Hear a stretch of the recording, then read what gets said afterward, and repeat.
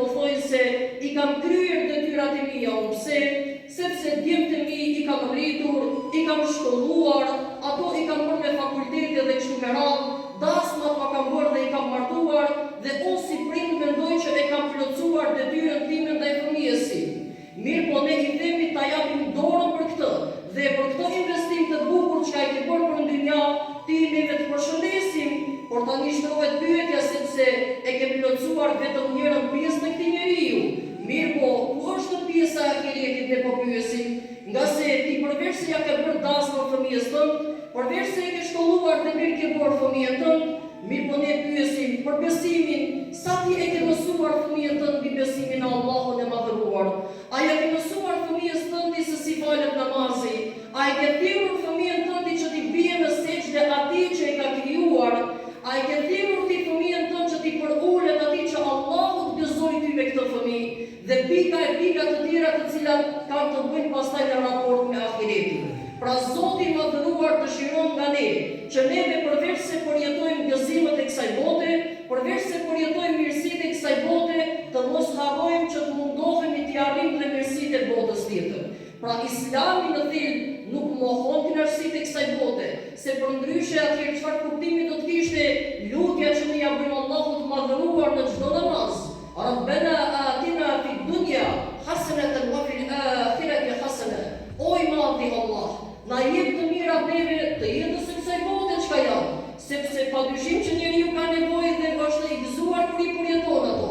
Ama wa fil akhirati hasanatan.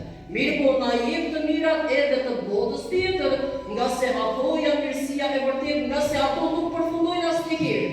Kurse të mirat e dynjas, sado që ato e gëzojnë njeriu, sado që ato e lumturojnë njeriu, një ditë ato janë meta'ul ghurur, janë të përkohshme dhe kalimtare e njeriu të dashur vëllezër, ai i cili nisën në një rrugtim, a investon të gjithë pasurinë e tij gjatë rrugtimit? Jo, nga se ai e din që është në rrugtim dhe është duke shkuar diku.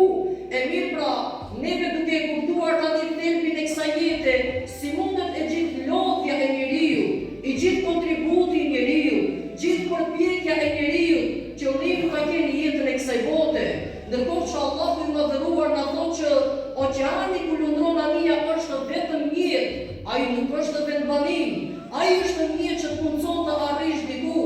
Pra jeta e kësaj bote është vetëm mjet dhe nuk mund të jetë qëllim final. Nuk mundet gjithë përpjekja jote të jetë me qëllimin që ti plotësoj vetëm ato që i kam në raport me dynjan.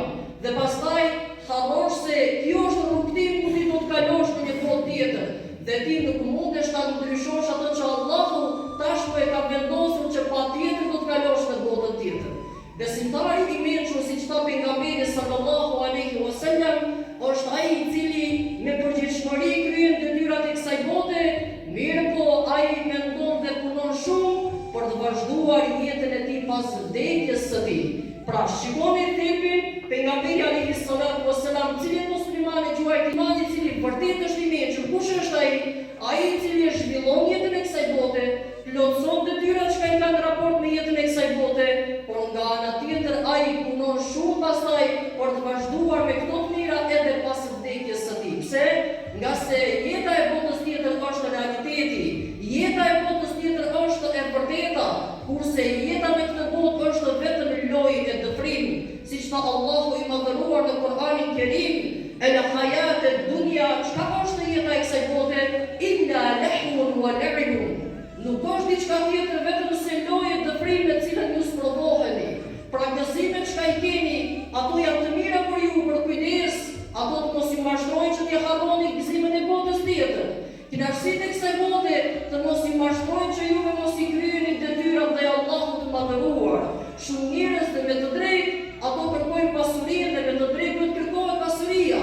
Mirë po, atëherë kur aty shkelet namazi, atëherë kur ajo pasuri vjen në formë të palejuar, atëherë kur ajo pasuri shkel dispozitat e Zotit Dhul Xhelal, atëherë pra ti vllau jemi dashur dije se e ke anashkaluar kënaqësinë e botës tjetër, por ato çka është shumë kalimtare dhe shumë shpejt do të mbarojë. Që mund të jetë që të kesh pasurinë jetën e kësaj bote, por shumë shpejt do të mbarojë. Edhe nëse je i pasur, shumë shpejt do të mbarojsh. Edhe nëse je i varfër, shumë shpejt do të mbarojsh. Nëse je ke shumë